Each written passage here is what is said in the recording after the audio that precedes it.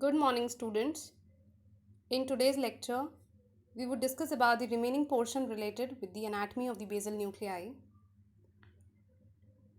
In the previous lecture, we had talked about the definition of the basal nuclei, what exactly the basal nuclei is.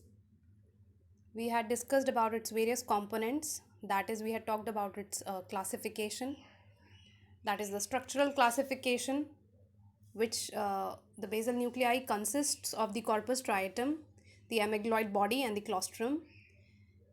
We had also discussed about its morphological classification. We had talked about its various components in detail.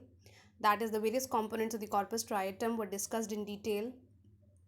That is the caudate nucleus and the lentiform nucleus.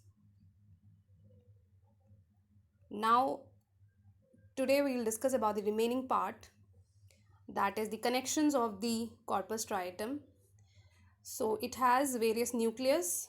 The first set is the caudate nucleus and the putamen, which receives afferent fibers from the cerebral cortex, that is area 6 and area 4.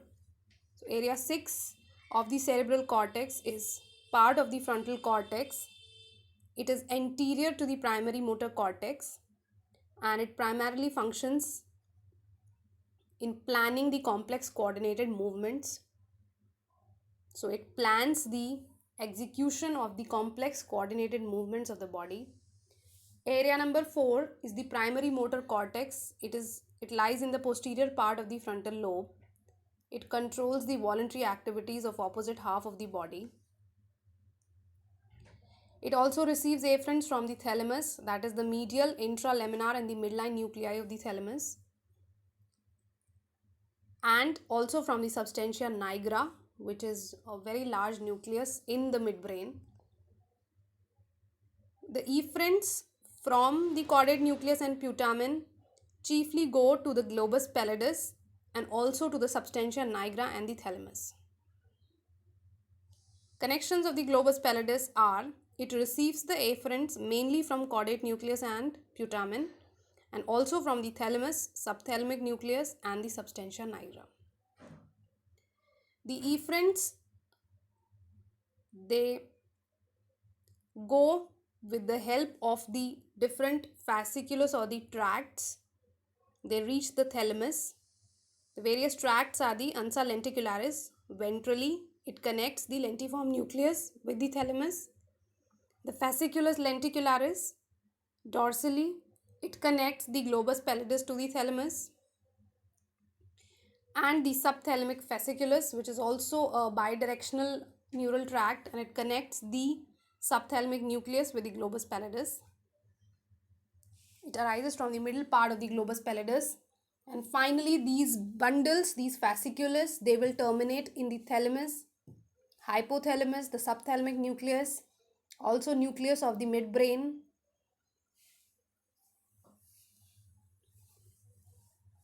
Second component of the basal nuclei is the amygdaloid body, which is a nuclear mass located in the temporal lobe. It also forms part of the limbic system. Its location is, it lies anterior superiorly to the inferior horn of the lateral ventricle. Structurally, it is continuous with the tail of the caudate nucleus, and functionally it is related with the stria terminalis. So here in the figure you can see that structurally the amygdaloid body is continuous at the tail of the caudate nucleus, continues as the amygdaloid body. You can also see that it lies anterior superior, this is the amygdaloid body, and it lies anterior superior to the inferior horn of the lateral ventricle. This is the inferior horn of the lateral ventricle, and this is amygdaloid body that lies anterior superiorly to this horn. The amygdaloid body receives the afferents from the olfactory tract and it gives efferents in the form of stria terminalis. So So you can see here, this is the olfactory tract and it ends into the amygdaloid body. It sends the sensory fibers to this amygdaloid body. And olfactory tract is responsible for the olfaction, the sense of smell. In this figure also you can see the various how the fibers, sensory fibers from the olfactory tract, they reach the amygdaloid body. And in this figure you can see how the efferents, they go from the amygdaloid and continue as the stria terminalis. In green here are the efferents going from the amygdaloid, they continue as the stria terminalis. Next is the claustrum, the other component of the basal nuclei apart from the corpus striatum and the amygdaloid body. The last component is the claustrum, which is a saucer shaped nucleus. Saucer is a structure in which it is concave inwards. So it is a saucer shaped nucleus. It is situated between the putamen and the insula. Insula is a small region in the cerebral cortex which lies deep within the lateral sulcus. Lateral sulcus is that large fissure which separates the frontal lobe and parietal lobe from the temporal lobe. So beneath this, in between the putamen and the insula, is situated the claustrum. It is thickest in the inferior portion and it continues as the anterior perforated substance inferiorly. So in the figure, the structure that is highlighted in green here is the uh, claustrum, and it is in between the putamen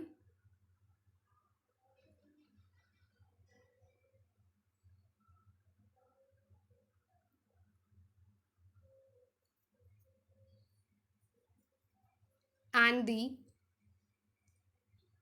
insula. This insula is this green portion, and this is the claustrum.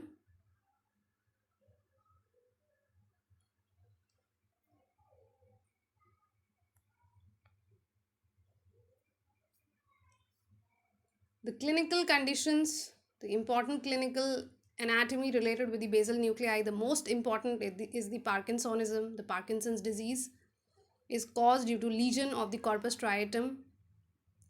The following symptoms are associated with the Parkinsonism, that is, there is hypertonicity or lead pipe rigidity. All the muscles around the joints, all set of muscles, they increase, the tone of these muscles increase. And if the tone increases, the body becomes stiff, rigid, the movements are slowed down. There is loss of automatic associated movements. Automatic associated movements are those movements like swinging of arms while walking. That is an automatic associated movement. So that is lost. Facial expressions are lost. The face becomes mask like.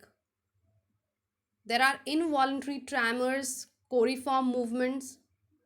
Coriform movements are again involuntary, but they are well coordinated and repeated after a particular interval. So coriform movements, athetoid movements. Athetoid movements are slow, very slow, involuntary, writhing movements. There are continuous writhing movements of the trunk, limbs, even during the sleep. Writhing is basically twisting. That particular part, it twists completely. That happens in Parkinsonism. And the voluntary movements, they become impossible. There is chorea. In case of lesion in the basal nuclei, there is chorea. Chorea is involuntary, irregular, unpredictable muscle movements, and it seems like the movements seem like they produce an impression as of dancing. They are involuntary movements, irregular movements, unpredictable muscle movements, disorganized. There are random movements of the hands and feet. Then there is a condition which is balismus. In balismus, mainly it is because of the lesion in the subthalamic nucleus, and the muscles of the proximal portion of the proximal limb musculature is affected in this condition. There are irregular movements of the trunk, the girdles, the both limbs are affected in this condition.